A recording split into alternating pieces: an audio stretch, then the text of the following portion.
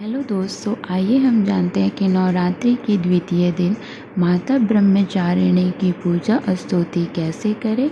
व दुर्गा सप्तशती के द्वितीय अध्याय में क्या वर्णित है उनके बारे में भी हम जानते हैं।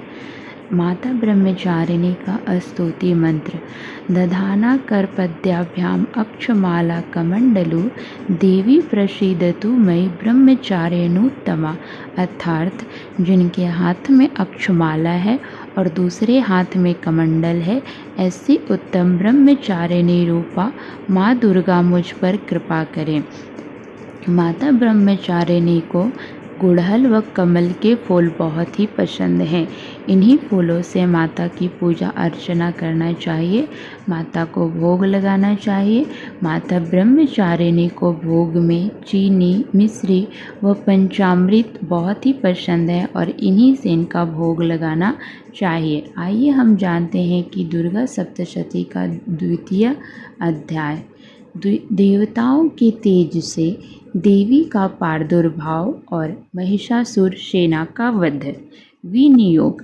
ओम मध्यम चरित्र के विष्णु ऋषि महालक्ष्मी देवता का उष्णिक छंद शाकंभरी शक्ति, दुर्गा बीज, वायु तत्व और यजुर्वेद स्वरूप है। श्री महालक्ष्मी के प्रसन्नता के लिए मध्यम चरित्र के पाठ में इसका विनियोग है। ध्यान। मैं कमल के आसन पर बैठी हुई प्रसन्न मुख वाली महिषासुर मर्दनी भगवती महालक्ष्मी का भजन करती हूँ, जो अपने हाथों में अक्षमाला धारण करती हैं और वर्षा, गदा, बाण, वज्र, पद्य, धनुष, कुंडिका, दंड, शक्ति, खड्ग, ढाल, शंख, घंटा, मधुपात्र, शूलपाश और चक्र धारण करती हैं। ऋषि कहते हैं, पूर्व काल में देवताओं और असुरों में पूरे 100 वर्षों तक घोर संग्राम हुआ था। उसमें असुरों के स्वामी महिषासुर था और देवताओं का नायक इंद्र थे। उस युद्ध में देवताओं की सेना महाबली असुरों से परास्त हो गई। संपूर्ण देवताओं को जीतकर महिषासुर इंद्र बन बैठा। तब पराजित देवता प्रजापति ब्रह्मा जी के आगे जाकर उनके स्थान पर गए, जहाँ भगवान शंकर और विष्णु विराजमान थे। देवताओं ने महिषासुर के पराक्रम तथा अपनी पराजय का यथावत वृतांत उन दोनों देवेश्वरों से विस्तार पूर्वक कह सुनाया। वे बोले, भगवान महिषासुर इंद्र, अग्नि, वायु, चंद्रमा, यम, अरुण व देवताओं में भी अधिकार छीनकर स्वयं ही सबका अधिष्ठाता बन बैठा है। उस दुरात्मा महेश ने समस्त देवताओं को स्वर्ग से निकाल दिया है। अब वे मनुष्यों की भांति पृथ्वी पर विचरते हैं। दैत्यों की यह सारी करतूत हमने आप लोगों से कह सुनाई। अब हम आपकी शरण में आए हैं, उसके वध का कोई उपाय सोचिए।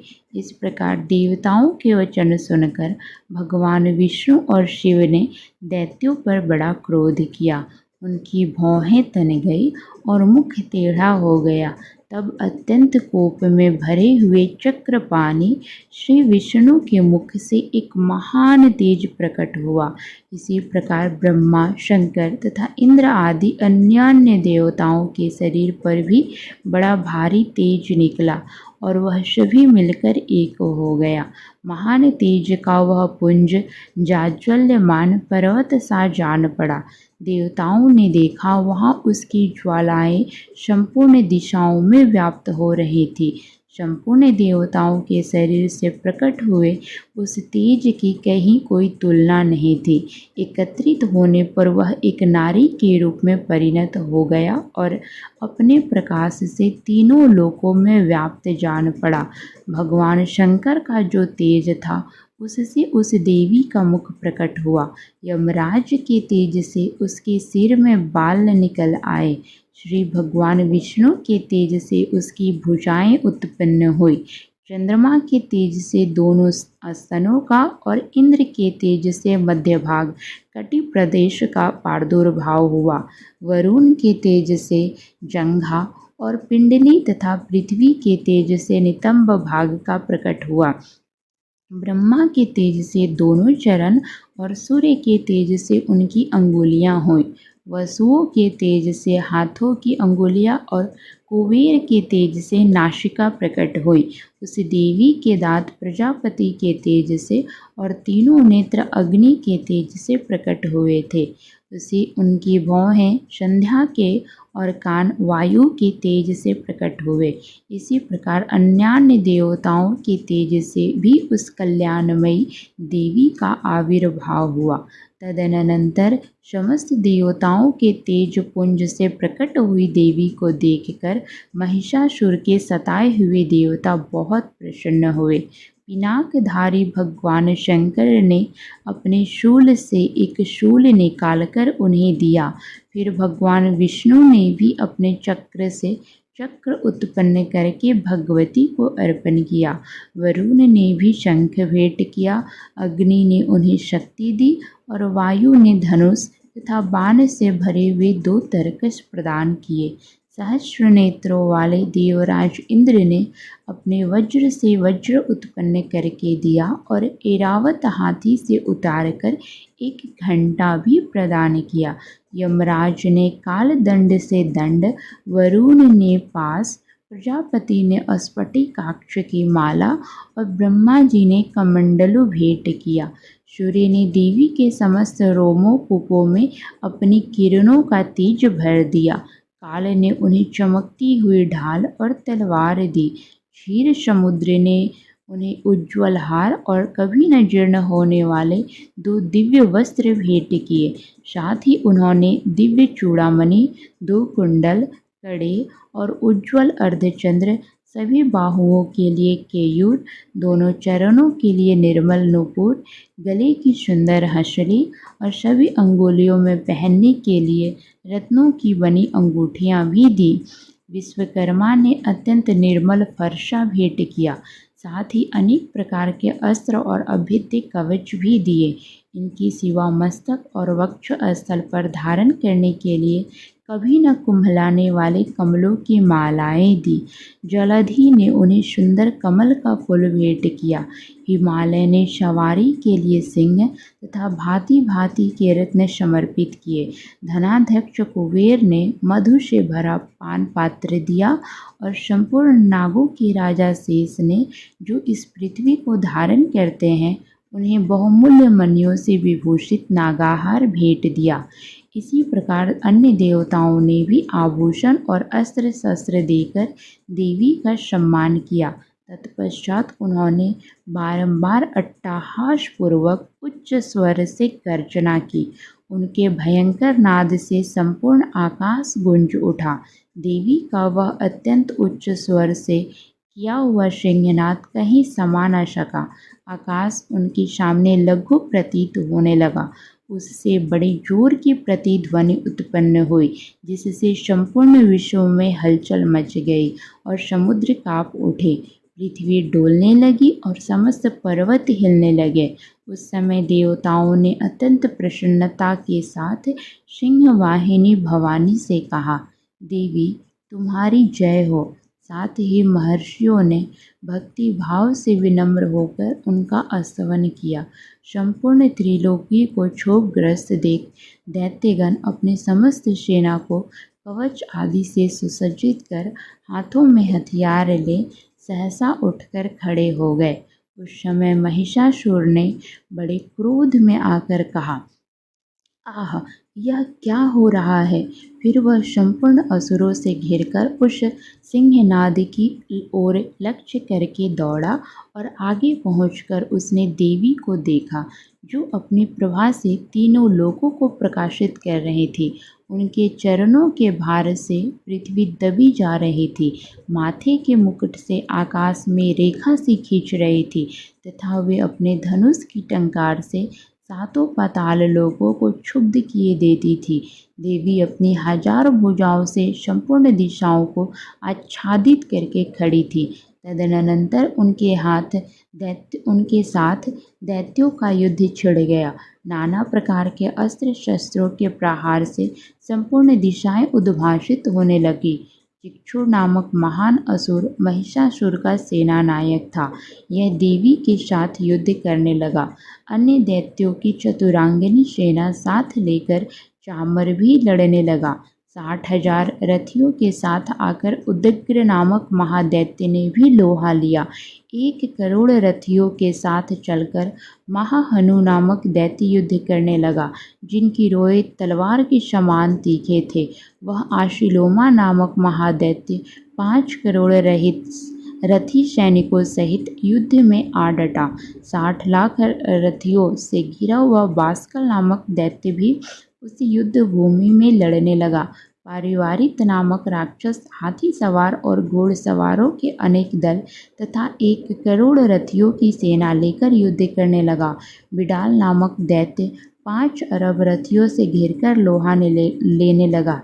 इनके अतिरिक्त और भी हजारों महादैत्य रथ, हाथी और घोड़ों की सेना साथ लेकर वहां देवी के साथ युद्ध करने लगे। स्वयं महिषासुर उस रणभूमि में कोटि कोटि सहस्त्र रथ, हाथी और घोड़ों की सेना से घिरा हुआ खड़ा था। वे दैत्य देवी के साथ तोमर, भिंदीपाल, शक्ति, मशूल, खड्ग, परशु और पट्टिस आदि अस्त्र शस्त्रों का प्रहार करते हुए युद्ध कर रहे थे। कुछ दैत्यों ने उन पर शक्ति का प्रहार किया, कुछ लोगों ने पास फेंके तथा कुछ दैत्यों ने खड्ग प्रहार करके देवी को मार डालने का उद्योग किया। देवी ने भी क्रोध में भरकर खेल खेल में ही अपने अस्त्र शस्त्रों की वर्षा करके दैत्यों के वे समस्त अस्त्र शस्त्र काट डाले। उनके मुख पर परिश्रम या थकावट का रंच मंत्र भी चिन्ह नहीं था। देवता और ऋषि उनकी स्तुति करते थे और वे भगवती महेश्वरी परमेश्वरी देवताओं के शरीरों पर अस्त्र शस्त्रों की, दैत्यों के शरीरों पर अस्त्र शस्त्रों की वर्षा करती रहीं। देवी का वाहन सिंह भी क्रोध में भरकर गर्दन के बालों को हिलाता हुआ असुरों की सेना में इस प्रकार विचरने लगा, मानो वनों में दावानल फैला रहा हो। रणभूमि में दैत्यों के साथ युद्ध करती हुई अंबिका देवी ने जितने निःश्वास छोड़े, वे सभी तत्काल सैकड़ों हजारों गणों के रूप में प्रकट हो गए और परशु, भिंदीपाल, खड्ग और पट्टिस आदि अस्त्रों द्वारा असुरों का सामना करने लगे। देवी की शक्ति से बड़े हुए गण असुरों का नाश करते हुए नगाड़ा और शंख आदि बजाने लगे। उस समय संग्राम महोत्सव में कितने ही गण मृदंग बजा रहे थे। तदनंतर देवी ने त्रिशूल से, गदा से, शक्ति की और वर्षा से, खड्ग आदि से सैकड़ों महादैत्यों का संहार कर डाला। कितनों को घंटे के भयंकर नाद से मूर्छित करके मार गिराया। बहुतरे दैत्यों को पासे से बांधकर धरती पर घसीटा। कितने ही दैत्य उनकी तीखी तलवार की मार से 2-2 टुकड़े हो गए। कितने ही गदा की चोट से घायल हो धरती पर सो गए। कितनों की मशूल की मार से अत्यंत आहत होकर रक्तवमन करने लगे। कुछ दैत्य शूल से छाती फट जाने के कारण पृथ्वी पर ढेर हो गए। उस रणांगन में बाण समूहों की वृष्टि से कितने ही असुरों की कमर टूट गई। बाज की तरह झपटने वाली देव पीड़क दैत्यगण अपने प्राणों से हाथ धोने लगे। किन्हीं की बाहें छिन्न भिन्न हो गईं तो कितनों की गर्दनें कट गईं। कितने ही दैत्यों के मस्तक कट कट कर गिरने लगे। कुछ लोगों के शरीर मध्य भाग में ही विदीर्ण हो गए। कितने ही महादैत्यों ने जांघें कट जाने से पृथ्वी पर गिर पड़े। कितनों की देवी ने एक बाह, एक पैर और एक नेत्र वाले कर 2 टुकड़ों में चीर डाला। कितने ही दैत्य मस्तक कट जाने पर भी गिरकर फिर उठ जाते और केवल धड़ल्ले ही अच्छे अच्छे हथियार हाथ में ले देवी के साथ युद्ध करने लगते। दूसरे कबंध युद्ध के बाजों की लय पर नाचते थे। कितने ही बिना सिर के धड़ हाथों में खड्ग शक्ति और रिष्टि लिए दौड़ते थे तथा दूसरे दूसरे महादैत्य ठहरो ठहरो यह कहते हुए देवी को युद्ध के लिए ललकारते थे। जहाँ वह घोर संग्राम हुआ था वहाँ की धरती देवी के गिराए हुए रथ, हाथी, घोड़े और असुरों की लाशों से ऐसे पट गई कि वहाँ चलना फिरना असंभव हो गया था। दैत्यों की सेना में हाथी, घोड़े और असुरों की शरीर से इतनी अधिक मात्रा में रक्तपात हुआ था कि थोड़ी ही देर में वहाँ खून की बड़ी बड़ी नदियाँ बहने लगी। जगदम्बा ने असुरों की विशाल सेना को क्षण भर में नष्ट कर दिया, ठीक उसी तरह जैसे तृण और काठ के भारी ढेर को आग कुछ ही क्षणों में भस्म कर देती है। और वह सिंह भी गर्दन के बालों को हिला हिलाकर जोर जोर से गर्जना करता हुआ दैत्यों के शरीर से मानो उनके प्राणों को चुने लेता था। वहाँ देवी के गणों ने भी उन महादैत्यों के साथ युद्ध किया, जिससे आकाश में खड़े हुए देवतागण उन पर बहुत ही संतुष्ट हुए और फूल बरसाने लगे। इस प्रकार श्री मार्कंडेय पुराण में सार्वजनिक मनवंतरी की कथा के अंतर्गत देवी महात्म्य महिषासुर की सेना का वध नामक दूसरा अध्याय पूरा हुआ। यदि दोस्तों आपको मेरे द्वारा बताई गई जानकारी स्पष्ट व सटीक लगे तथा मेरा चैनल उपयोगी लगे तो प्लीज़ इसे लाइक, शेयर और सब्सक्राइब ज़रूर करें। आप सभी का बहुत बहुत धन्यवाद।